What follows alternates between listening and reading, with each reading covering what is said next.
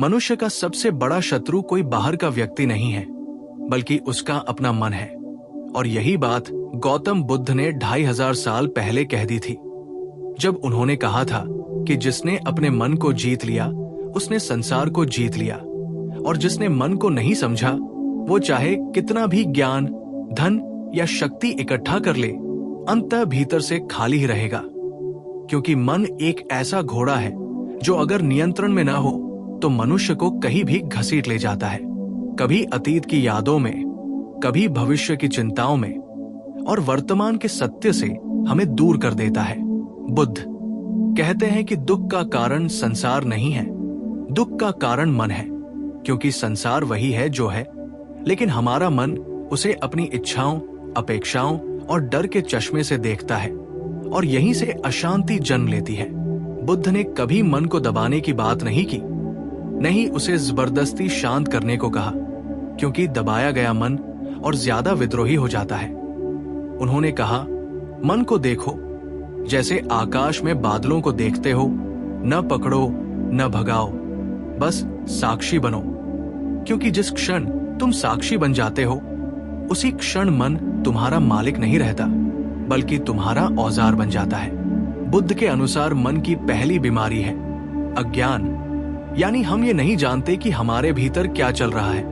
हम सोचते हैं कि मैं गुस्से में हूं, मैं दुखी हूं, मैं डर रहा हूं, लेकिन बुद्ध कहते हैं तुम गुस्सा नहीं हो, तुम गुस्से को देख रहे हो, तुम दुख नहीं हो, तुम दुख के साक्षी हो। और जिस दिन ये अंतर स्पष्ट हो जाता है उसी दिन मन का नियंत्रण शुरू हो जाता है, क्योंकि फिर भावनाएं तुम्हें नियंत्रित नहीं करती, तुम भावनाओं को समझते हो। बुद्ध ने ध्यान, विपश्यना को इसलिए नहीं दिया कि लोग किसी दूसरी दुनिया में भाग जाएं, बल्कि इसलिए दिया ताकि वे इस दुनिया को स्पष्ट रूप से देख सकें। ध्यान का अर्थ है जो है उसे वैसे ही देखना, बिना प्रतिक्रिया दिए, बिना निर्णय किए, क्योंकि प्रतिक्रिया ही मन को उलझाती है, और सजगता, माइंडफुलनेस मन को मुक्त करती है। मन हमेशा या तो अतीत में जीता है या भविष्य में। अतीत पछतावे से भरा होता है और भविष्य भय से, और वर्तमान जहां जीवन घट रहा है वहां मन टिकना ही नहीं चाहता। इसलिए बुद्ध कहते हैं कि वर्तमान में रहना सीखो, क्योंकि वर्तमान में दुख नहीं है, दुख स्मृति और कल्पना में है। जब तुम खाना खा रहे हो तो बस खाना खाओ, जब चल रहे हो तो बस चलो, जब सांस ले रहे हो तो बस सांस लो। क्योंकि जो व्यक्ति हर क्षण को पूरी सजगता से जीता है उसका मन धीरे धीरे शांत हो जाता है, बिना किसी संघर्ष के। बुद्ध ने यह भी कहा कि मन को नियंत्रित करने की जल्दी मत करो, क्योंकि जल्दी भी मन का ही खेल है। धैर्य रखो, क्योंकि धैर्य में ही परिवर्तन होता है। बुद्ध के अनुसार मन की दूसरी बड़ी समस्या है तृष्णा, यानी चाह, इच्छा, लालसा। हम कुछ चाहते हैं, फिर उसे पाने की कोशिश करते हैं, और अगर मिल जाए तो डरते हैं कि कहीं खो न जाए, और अगर न मिले तो दुखी होते हैं। इस तरह मन कभी संतुष्ट नहीं होता। बुद्ध ने कहा, इच्छा अपने आप में गलत नहीं है, लेकिन अंधी इच्छा दुख देती है। इसलिए उन्होंने मध्यम मार्ग सिखाया, न अति भोग न अति त्याग। मन को नियंत्रित करने का अर्थ ये नहीं कि सब कुछ छोड़ दो, बल्कि ये समझो कि तुम्हारी खुशी किसी वस्तु, व्यक्ति या स्थिति पर निर्भर नहीं है, बल्कि तुम्हारी दृष्टि पर निर्भर है। क्रोध पर बुद्ध की शिक्षा बहुत गहरी है। वे कहते हैं, क्रोध ऐसा जहर है जिसे तुम दूसरों को पिलाना चाहते हो, लेकिन पीते खुद हो। जब क्रोध आता है तो उसे दबाओ मत, क्योंकि दबाया गया क्रोध भीतर जहर बन जाता है, और उसे बाहर मत फेंको, क्योंकि वह दूसरों को घायल करता है। बस उसे देखो, उसकी गर्मी, उसकी ऊर्जा, उसकी बेचैनी, और देखोगे कि अगर तुम प्रतिक्रिया नहीं देते तो कुछ ही क्षणों में क्रोध अपने आप गिर जाता है, क्योंकि हर भावना अस्थायी है। बुद्ध ने कहा, जो अस्थायी है उससे चिपकना ही दुख है। मन की तीसरी जड़ समस्या है अहंकार, मैं। बुद्ध ने अनत्ता, नो सेल्फ की शिक्षा दी, जिसका अर्थ है कि जो मैं तुम मानते हो वो भी बदलता रहता है। विचार बदलते हैं, भावनाएं बदलती हैं, शरीर बदलता है, तो स्थायी मैं कहाँ है? जब ये समझ आ जाती है तो मन हल्का हो जाता है, क्योंकि फिर तुम्हें हर बात को अपने ऊपर लेने की जरूरत नहीं रहती। आलोचना भी आती है और जाती है, प्रशंसा भी आती है और जाती है, लेकिन तुम उनसे बंधते नहीं। बुद्ध कहते हैं, बंधन बाहर नहीं है, बंधन भीतर है, और मुक्ति भी भीतर ही है। ध्यान की बुद्ध पद्धति बहुत सरल है। सांस पर ध्यान, सांस आती जाती रहे, तुम बस देखते रहो, मन भागेगा, ये उसका स्वभाव है, लेकिन हर बार उसे प्यार से वापस लाओ, बिना गुस्से के, बिना निराशा के। यही अभ्यास धीरे धीरे मन को प्रशिक्षित करता है। जैसे जंगली घोड़े को मारकर नहीं, बल्कि मित्रता से साधा जाता है, वैसे ही मन को भी करुणा से साधा जाता है। बुद्ध ने कहा, अपने प्रति करुणा रखो, क्योंकि कठोरता मन को और विद्रोही बना देती है। बुद्ध के अनुसार सही समझ, सम्यक दृष्टि, सही संकल्प, सही वाणी, सही कर्म, सही आजीविका, सही प्रयास, सही स्मृति और सही समाधि, यही अष्टांगिक मार्ग है। और ये पूरा मार्ग मन के शुद्धिकरण का मार्ग है। जब वाणी शुद्ध होती है तो मन हल्का होता है, जब कर्म सही होते हैं तो मन में अपराध बोध नहीं रहता, और जब जीवन सादगी से जिया जाता है तो मन में अनावश्यक बोझ नहीं होता। बुद्ध कहते हैं, मन और जीवन अलग नहीं है। जैसा जीवन वैसा मन, और जैसा मन वैसा जीवन। अंत में बुद्ध का संदेश बहुत सीधा है। मन को जीतना किसी युद्ध की तरह नहीं है, बल्कि एक समझ की तरह है। जैसे ही तुम समझ जाते हो कि मन तुम्हारा सेवक है, स्वामी नहीं, वैसे ही उसकी पकड़ ढीली पड़ने लगती है। शांति कहीं बाहर नहीं है, वो तुम्हारे भीतर है, बस मन के शोर के कारण सुनाई नहीं देती। और जिस दिन ये शोर थोड़ा भी कम होता है, उसी दिन जीवन का संगीत सुनाई देने लगता है, बिना किसी कारण के, बिना किसी शर्त के। बुद्ध कहते हैं कि मन को नियंत्रित करने का सबसे बड़ा भ्रम यह है कि लोग सोचते हैं कि मन को बदला जा सकता है, जबकि सत्य यह है कि मन को बदला नहीं जाता, मन को समझा जाता है, और समझ अपने आप परिवर्तन ले आती है। जब तक तुम मन से लड़ते रहोगे, मन तुम्हारा शत्रु बना रहेगा, लेकिन जिस दिन तुम उसे देखना शुरू कर दोगे, उसी दिन वो मित्र बन जाएगा। बुद्ध ने स्पष्ट कहा कि मन नदी की तरह है। अगर तुम उसे रोकने की कोशिश करोगे तो वो उफन जाएगी, लेकिन अगर तुम उसे बहने दोगे और किनारे बैठकर देखोगे तो वही नदी शांत और सुंदर लगने लगेगी। मन को देखने का यही भाव ध्यान है, और ध्यान कोई क्रिया नहीं है, बल्कि एक जागरूकता है। मन की सबसे चालाक आदत है तुलना। बुद्ध कहते हैं कि जिस दिन तुमने खुद की तुलना दूसरों से करना शुरू किया, उसी दिन तुम्हारा दुख शुरू हो गया, क्योंकि तुलना कभी संतोष नहीं देती। कोई तुमसे आगे होगा तो ईर्ष्या होगी, कोई पीछे होगा तो अहंकार, और दोनों ही स्थितियां मन को अशांत करती है। बुद्ध का मार्ग कहता है, तुम जैसे हो वैसे ही पर्याप्त हो। सुधार की आवश्यकता है, लेकिन नफरत की नहीं। आत्म सुधार प्रेम से होता है, आत्मालोचना से नहीं। जब मन ये समझ लेता है कि उसे हर समय साबित नहीं करना है, तो वो पहली बार विश्राम करता है। बुद्ध ने भय को भी मन की एक गहरी परत बताया। भय हमेशा भविष्य से जुड़ा होता है। क्या होगा अगर ऐसा हुआ तो, अगर वैसा हो गया तो। बुद्ध कहते हैं, जो अभी नहीं हुआ उससे डरना पागलपन है, और जो हो चुका है उस पर रोना भी पागलपन है। बुद्ध का पूरा ध्यान वर्तमान पर है, क्योंकि वर्तमान में भय नहीं होता, वहां सिर्फ अनुभव होता है। जब तुम वर्तमान में टिक जाते हो तो मन पहली बार निर्भय होता है, क्योंकि उसे पकड़ने के लिए कोई कल्पना नहीं मिलती। मन को नियंत्रित करने का एक महत्वपूर्ण सूत्र है स्वीकार। बुद्ध कहते हैं कि जिस चीज को तुम स्वीकार नहीं करते, वही तुम्हें नियंत्रित करने लगती है। दुख को स्वीकार करो, डर को स्वीकार करो, असफलता को स्वीकार करो, क्योंकि स्वीकार का अर्थ हार नहीं है। स्वीकार का अर्थ है यथार्थ को वैसे ही देखना जैसा वह है, और यथार्थ को देखने के बाद ही सही परिवर्तन संभव होता है। जो व्यक्ति दुख से लड़ता है वो दुख को और बड़ा बना देता है, लेकिन जो व्यक्ति दुख को देख लेता है वो धीरे धीरे उससे मुक्त हो जाता है।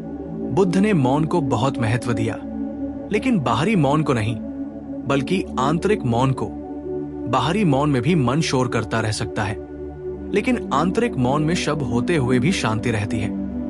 बुद्ध कहते हैं, कम बोलो लेकिन सजग होकर बोलो, कम सुनो लेकिन पूरी उपस्थिति के साथ सुनो, क्योंकि अधिकांश संघर्ष शब्दों से नहीं, शब्दों के पीछे छिपे अहंकार से पैदा होते हैं। जब मन शांत होता है तो वाणी अपने आप मधुर हो जाती है। मन को नियंत्रित करने का एक गहरा उपाय है अनासक्ति। बुद्ध ने कभी ये नहीं कहा कि प्रेम मत करो, उन्होंने कहा आसक्ति मत करो। प्रेम स्वतंत्रता देता है, आसक्ति बंधन देती है। जब तुम किसी व्यक्ति, वस्तु या स्थिति से चिपक जाते हो तो मन भयभीत हो जाता है, क्योंकि हर चिपकाव के साथ खोने का डर जुड़ा होता है। लेकिन जब तुम प्रेम करते हो बिना पकड़े तो मन हल्का रहता है। बुद्ध कहते हैं, जो जाने वाला है उसे जाने दो, जो आने वाला है उसे आने दो, और जो है उसे पूरी जागरूकता से जी लो। बुद्ध की करुणा की शिक्षा भी मन के नियंत्रण से गहराई से जुड़ी है। जब तुम दूसरों के प्रति करुणावान होते हो तो तुम्हारा मन कठोर नहीं रहता। घृणा सबसे पहले घृणा करने वाले को जलाती है। इसलिए बुद्ध कहते हैं, क्षमा कोई नैतिक आदर्श नहीं है, बल्कि एक बुद्धिमत्ता है। तुम दूसरों को नहीं, खुद को मुक्त करते हो। जिस दिन मन ने क्षमा करना सीख लिया, उसी दिन उसके भीतर का भारी बोझ उतरने लगता है। बुद्ध ने यह भी कहा कि मन को नियंत्रित करने के लिए किसी विशेष परिस्थिति की आवश्यकता नहीं है। लोग सोचते हैं कि शांति जंगल में मिलेगी, हिमालय में मिलेगी, आश्रम में मिलेगी, लेकिन बुद्ध कहते हैं, अगर मन अशांत है तो हिमालय भी बाजार बन जाएगा, और अगर मन शांत है तो बाजार भी हिमालय बन जाएगा। इसलिए अभ्यास वही करो जहां तुम हो।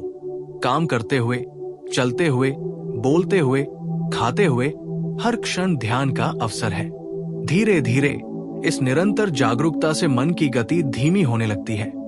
विचार आते हैं लेकिन पकड़ नहीं बनाते, भावनाएं उठती हैं लेकिन बाहर नहीं ले जाती, और एक दिन ऐसा आता है जब मन पूरी तरह शांत नहीं भी होता, फिर भी तुम्हें परेशान नहीं करता। बुद्ध कहते हैं, पूर्ण शांति लक्ष्य नहीं है, स्वतंत्रता लक्ष्य है। मन रहे लेकिन मालिक न बने। और अंत में बुद्ध का सबसे क्रांतिकारी संदेश यह है कि तुम जो खोज रहे हो वो तुम पहले से ही हो। मन को नियंत्रित करने की यात्रा कहीं जाने की नहीं है, बल्कि घर लौटने की है। जैसे ही ये समझ गहरी होती है, वैसे ही संघर्ष समाप्त हो जाता है और जीवन पहली बार सहज, सरल और सच्चा हो जाता है। बुद्ध कहते हैं कि मन को नियंत्रित करने की असली परीक्षा तब होती है जब जीवन हमारे अनुसार नहीं चलता, क्योंकि ध्यान कक्ष में बैठकर शांत रहना आसान है, लेकिन जब कोई अपमान करे, जब अपेक्षा टूटे, जब विश्वास धोखा खाए, तब जो सजग रह सके वही सच में मन को समझने लगा है।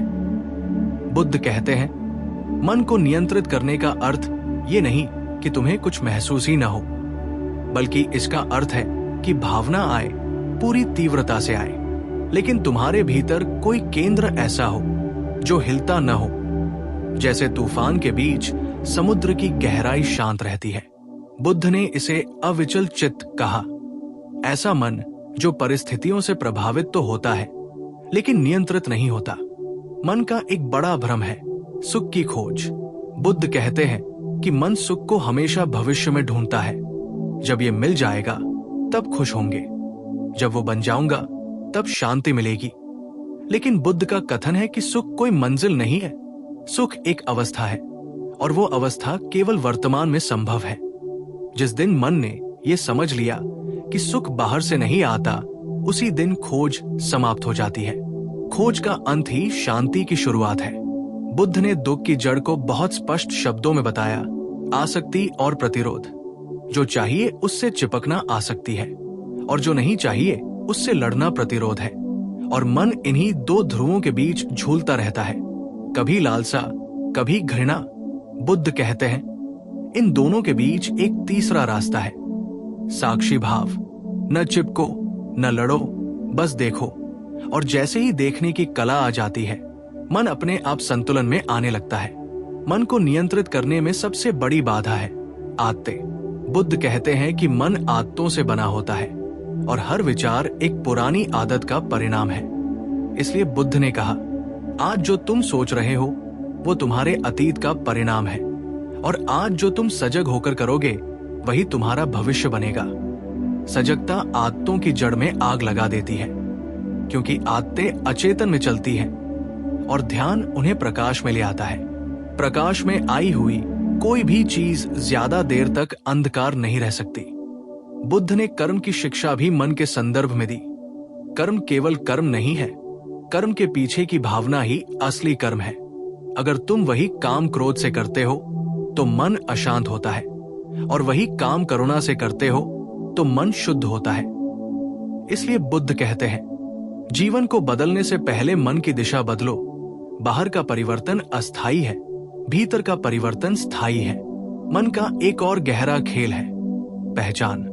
हम खुद को नाम, पद, रिश्ते, सफलता, असफलता से जोड़ लेते हैं।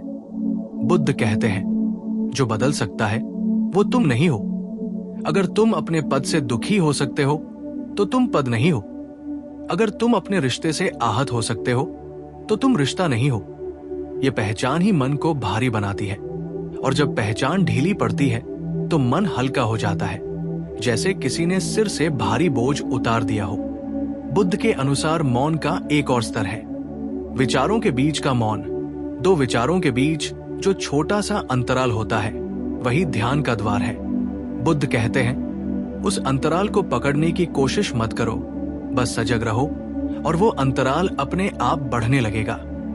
जैसे जैसे वो अंतराल बढ़ता है वैसे वैसे मन की पकड़ ढीली होती जाती है, और एक दिन ऐसा आता है जब विचार आते हैं लेकिन बीच बीच में मौन भी रहता है, और वही मौन वास्तविक विश्राम है। बुद्ध ने कहा, मन को पूरी तरह मिटाने की इच्छा भी मन की ही चाल है। इसलिए उन्होंने कहा, जो है उसे रहने दो। जब तुम मन को स्वीकार कर लेते हो तब वो बदलना शुरू करता है। विरोध परिवर्तन नहीं लाता, समझ परिवर्तन लाती है। ये समझ धीरे धीरे जीवन के हर क्षेत्र में उतरती है, रिश्तों में, काम में, अकेलेपन में, भीड़ में। और तब ध्यान कोई अभ्यास नहीं रहता, बल्कि जीवन जीने का तरीका बन जाता है। और अंततः बुद्ध कहते हैं, मन को नियंत्रित करने का अंतिम चरण नियंत्रण का भी त्याग है। जब तुम नियंत्रण छोड़ देते हो तभी सच्ची स्वतंत्रता आती है, क्योंकि तब जीवन जैसा है वैसा ही स्वीकार होता है। न शिकायत, न अपेक्षा, न प्रतिरोध, सिर्फ गहरी उपस्थिति। उसी उपस्थिति में बुद्धत्व घटित होता है, और वही मनुष्य जीवन की सर्वोच्च अवस्था है।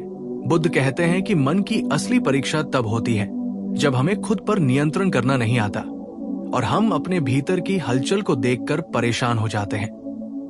लेकिन याद रखो, मन कभी शांत नहीं होता। ये बस देखना और समझना ही तुम्हारा काम है। जब तुम अपने मन के विचारों, भावनाओं और तृष्णाओं को बिना किसी प्रतिक्रिया के देखते हो तो धीरे धीरे वह ऊर्जा जो तुम्हें अंदर से खींच रही थी वो तुम्हारे नियंत्रण में आ जाती है। बुद्ध ने कहा, मन को जैसे नदी की धारा में बहते हुए देखो। उसे रोकने या बदलने की कोशिश मत करो, बस ध्यान से देखो, और हर बार जब मन विचलित हो उसे प्यार और करुणा के साथ वापस लाओ। यही अभ्यास मन की स्वतंत्रता की कुंजी है। मन की बड़ी कमजोरी है भूत और भविष्य में जीना। बुद्ध कहते हैं कि अतीत में जो हुआ उसे बदलना संभव नहीं, और भविष्य में जो होगा उसके बारे में केवल कल्पना कर सकते हो। लेकिन वर्तमान वो जगह है जहां तुम सच में जी सकते हो। जब तुम वर्तमान में पूरी सजगता से रहते हो तभी मन शांत होता है। इसलिए बुद्ध ने बार बार कहा, सावधानी पूर्वक प्रत्येक पल को जियो। सांस को महसूस करो, कदम को महसूस करो, हर क्रिया में पूरी चेतना रहो, और इसी सजगता से मन धीरे धीरे नियंत्रित होता है। मन को नियंत्रित करने में अहंकार सबसे बड़ी बाधा है। हम सोचते हैं कि मैं वो सब कुछ हूं जो मेरे पास है, नाम, संपत्ति, पद, विचार, भावना। लेकिन बुद्ध कहते हैं कि ये मैं अस्थायी है, और जिसे तुम स्थायी समझते हो वो बदलता रहता है। और जब मन ये समझता है कि उसका वास्तविक स्वभाव अस्थायी नहीं शाश्वत है, तब वो हल्का और स्वतंत्र हो जाता है। यही अनंतता का सिद्धांत है, नो सेल्फ, जो मन की सबसे बड़ी जड़ता को समाप्त करता है। मन की अन्य बड़ी समस्या है इच्छाएं और तृष्णाएं। हम हमेशा कुछ पाने के लिए तत्पर रहते हैं, और जो नहीं मिलता उसे पाने की लालसा मन को अशांत करती है। बुद्ध कहते हैं इच्छाएं प्राकृतिक हैं, लेकिन उनका अंधाधुंध पीछा दुख देता है। इसलिए उन्होंने मध्यम मार्ग सिखाया, न अति लगाव न अति त्याग। मन को यह समझना चाहिए कि उसका सुख किसी बाहरी वस्तु या व्यक्ति पर निर्भर नहीं है, बल्कि उसके दृष्टिकोण पर निर्भर है। जब ये समझ बन जाती है तब मन शांत हो जाता है। क्रोध और द्वेष को बुद्ध ने मन के लिए विष कहा। मन जो क्रोध में फंसता है वो सबसे पहले खुद को जला देता है। इसलिए बुद्ध कहते हैं जब क्रोध आए उसे दबाओ मत, उसे बाहर फेंको मत, बस देखें कि ये क्रोध है, उसका अनुभव करो, लेकिन उसे अपना स्वामी न बनने दो। धीरे धीरे जब आप ये अभ्यास करते हैं क्रोध अपने आप कमजोर पड़ता है, क्योंकि जो देखा जाता है उस पर नियंत्रण की आवश्यकता नहीं होती। मन की स्वतंत्रता के लिए क्षमा और करुणा भी जरूरी है। बुद्ध कहते हैं कि क्षमा केवल दूसरों के लिए नहीं है, बल्कि अपने लिए है। जो मन दूसरों के गुस्से, चोट और धोखे को नहीं पकड़ता वो शांत और मुक्त रहता है। करुणा केवल भावना नहीं, बल्कि अभ्यास है। इस अभ्यास से मन अपने अंदर से उग्र और अशांत नहीं होता। बुद्ध का एक और महत्वपूर्ण संदेश है, मन को नियंत्रित करने की यात्रा बाहरी परिस्थितियों से नहीं, आंतरिक समझ से शुरू होती है। लोग सोचते हैं कि शांति किसी जंगल, हिमालय या आश्रम में मिलेगी, लेकिन बुद्ध कहते हैं यदि मन अशांत है तो हर जगह अशांति रहेगी, यदि मन शांत है तो हर जगह शांति होगी। इसलिए अभ्यास वही करो जहां तुम हो, घर में, काम में, भीड़ में, अकेले में। हर क्षण सजगता का अवसर है। धीरे धीरे इस निरंतर अभ्यास से मन की गति धीमी होने लगती है। विचार आते हैं लेकिन पकड़ नहीं बनाते, भावनाएं उठती हैं लेकिन बाहर नहीं ले जाती। और एक दिन ऐसा आता है जब मन पूरी तरह शांत नहीं भी होता, फिर भी तुम्हें परेशान नहीं करता। बुद्ध कहते हैं पूर्ण शांति लक्ष्य नहीं है, स्वतंत्रता लक्ष्य है। मन रहे लेकिन मालिक न बने। और अंततः बुद्ध कहते हैं मन को नियंत्रित करने का अंतिम चरण है नियंत्रण का त्याग। जब तुम नियंत्रण छोड़ देते हो तभी सच्ची स्वतंत्रता आती है। जीवन जैसा है वैसा स्वीकार करो, न शिकायत, न अपेक्षा, न प्रतिरोध, बस गहरी उपस्थिति। उसी उपस्थिति में बुद्धत्व घटित होता है, और यही मनुष्य जीवन की सर्वोच्च अवस्था है।